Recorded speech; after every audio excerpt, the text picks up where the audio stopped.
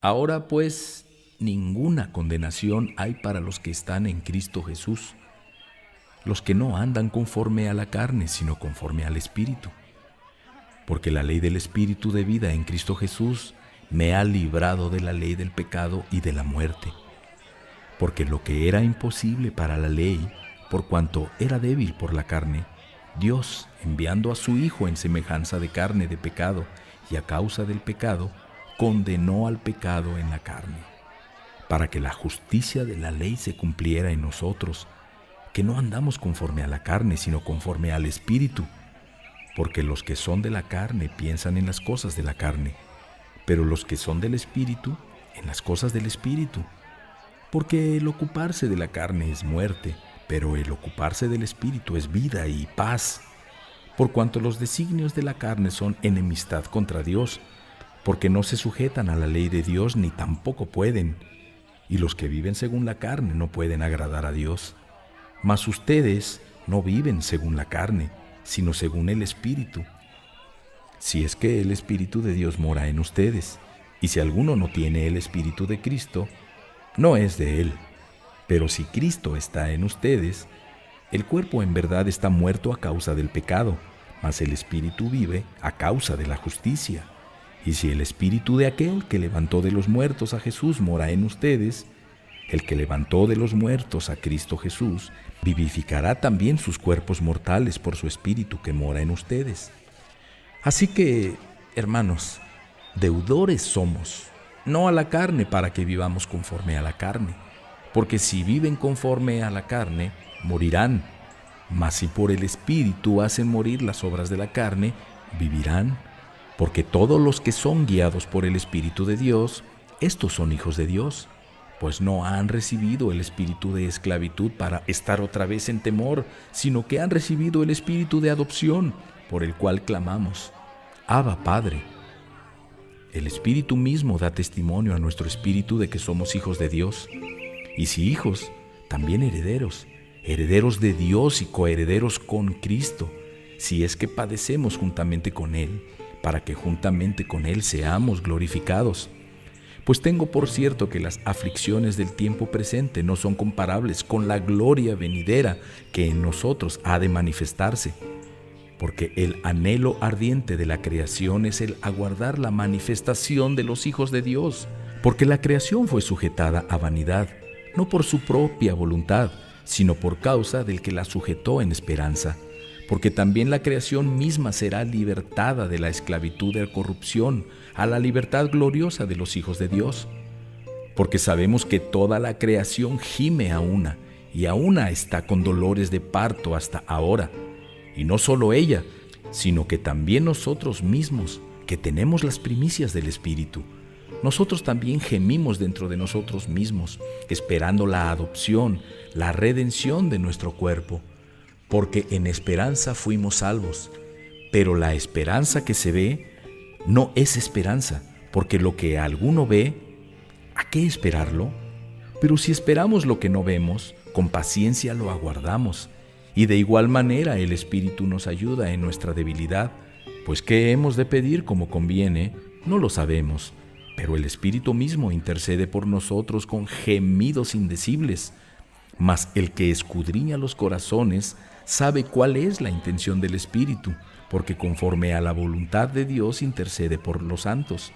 Y sabemos que a los que aman a Dios, todas las cosas les ayudan a bien, esto es, a los que conforme a su propósito son llamados. Porque a los que antes conoció, también los predestinó para que fuesen hechos conforme a la imagen de su Hijo, para que Él sea el primogénito entre muchos hermanos. Y a los que predestinó, a estos también llamó. Y a los que llamó, a estos también justificó. Y a los que justificó, a estos también glorificó. ¿Qué pues diremos a esto? Si Dios es por nosotros, ¿quién contra nosotros?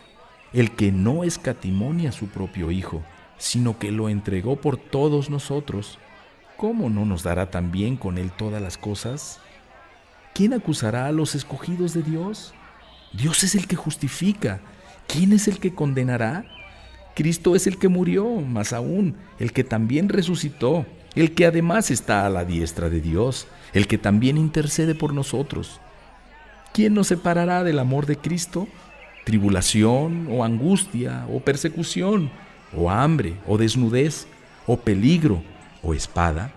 Como está escrito: por causa de ti somos muertos todo el tiempo. Somos contados como ovejas de matadero. Antes, en todas estas cosas somos más que vencedores por medio de aquel que nos amó. Por lo cual estoy seguro de que ni la muerte, ni la vida, ni ángeles, ni principados, ni potestades, ni lo presente, ni lo porvenir, ni lo alto, ni lo profundo, ni ninguna otra cosa creada nos podrá separar del amor de Dios, que es en Cristo Jesús, Señor nuestro. Verdad digo en Cristo, no miento, y mi conciencia me da testimonio en el Espíritu Santo, que tengo gran tristeza y continuo dolor en mi corazón, porque deseara yo mismo ser anatema, separado de Cristo, por amor a mis hermanos, los que son mis parientes según la carne, que son israelitas, de los cuales son la adopción, la gloria, el pacto, la promulgación de la ley, el culto y las promesas, de quienes son los patriarcas y de los cuales, según la carne, vino Cristo, el cual es Dios sobre todas las cosas, bendito por los siglos. Amén. No que la palabra de Dios haya fallado, porque no todos los que descienden de Israel son israelitas, ni por ser descendientes de Abraham son todos hijos, sino en Isaac te será llamada descendencia. Esto es, no los que son hijos según la carne son los hijos de Dios, sino los que son hijos según la promesa son contados como descendientes. Porque la palabra de la promesa es esta: por este tiempo vendré, y Sara tendrá un hijo. Y no solo esto, sino que también cuando Rebeca concibió de uno de Isaac nuestro padre, pues no había aún nacido, ni habían hecho aún ni bien ni mal, para que el propósito de Dios conforme a la elección permaneciera, no por las obras, sino por el que llama. Se le dijo: el mayor servirá al menor, como está escrito: a Jacob amé, mas a Esaú aborrecí. ¿Qué pues diremos? ¿Que hay injusticia en Dios? En ninguna manera, pues a Moisés dice: tendré misericordia del que yo tenga misericordia, y me compadeceré del que yo me compadezca. Así que no depende del que quiere, ni del que corre, sino de Dios que tiene misericordia. Porque la Escritura dice a Faraón: para esto mismo te he levantado, para mostrar en ti mi poder, y para que mi nombre sea anunciado por toda la tierra. De manera de que quien quiere, tiene misericordia, y al que quiere endurecer, endurece. Pero me dirás: ¿por qué pues sin culpa? Porque ¿quién ha resistido a su voluntad? Mas antes, oh hombre, ¿quién eres tú para que alterques con Dios? Dirá el vaso de barro al que lo formó: ¿por qué me has hecho así? ¿O no tiene potestad el alfarero sobre el barro, para hacer de la misma masa un vaso para honra y otro para deshonra? ¿Y qué si Dios, queriendo mostrar su ira y hacer notorio su poder, soportó con mucha paciencia los vasos de ira preparados para destrucción, y para hacer notorias las riquezas de su gloria, las mostró para con los vasos de misericordia que él preparó de antemano para gloria, a los cuales también ha llamado, esto es, a nosotros, no solo de los judíos, sino también de los gentiles? Como también en Oseas dice: llamaré pueblo mío al que no era mi pueblo, y a la no amada, amada. Y en el lugar donde se les dijo: ustedes no son pueblo mío, allí serán llamados hijos del Dios viviente. También Isaías clama tocante a Israel: si fuera el número de los hijos de Israel como la arena del mar, tan solo el remanente será salvo, porque el Señor ejecutará su sentencia sobre la tierra en justicia y con prontitud. Y como antes dijo Isaías: si el Señor de los ejércitos no nos hubiera dejado descendencia, como Sodoma habríamos venido a ser, y a Gomorra seríamos semejantes. ¿Qué pues diremos? Que los gentiles que no iban tras la justicia han alcanzado la justicia, es decir, la justicia que es por fe. Mas Israel, que iba tras una ley de justicia, no la alcanzó. ¿Por qué?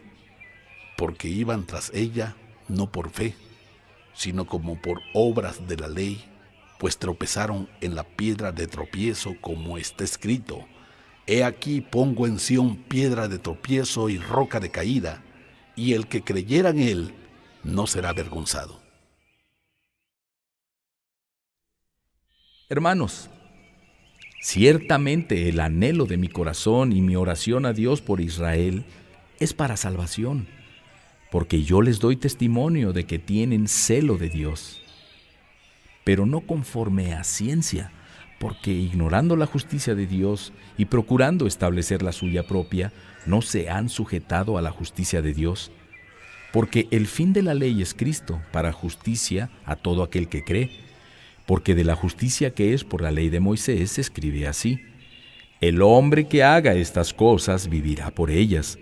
Pero la justicia que es por la fe dice así: no digas en tu corazón, ¿quién subirá al cielo? Esto es para traer abajo a Cristo.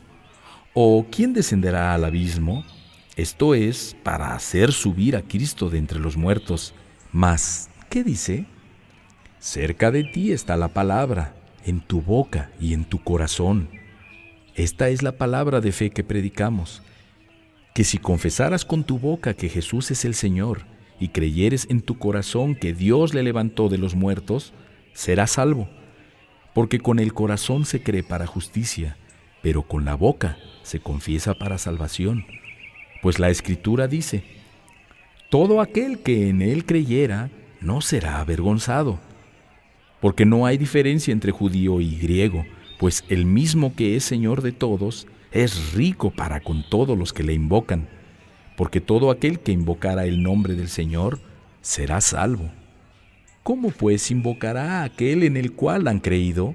¿Y cómo creerán en aquel de quien no han oído? ¿Y cómo oirán sin haber quien les predique?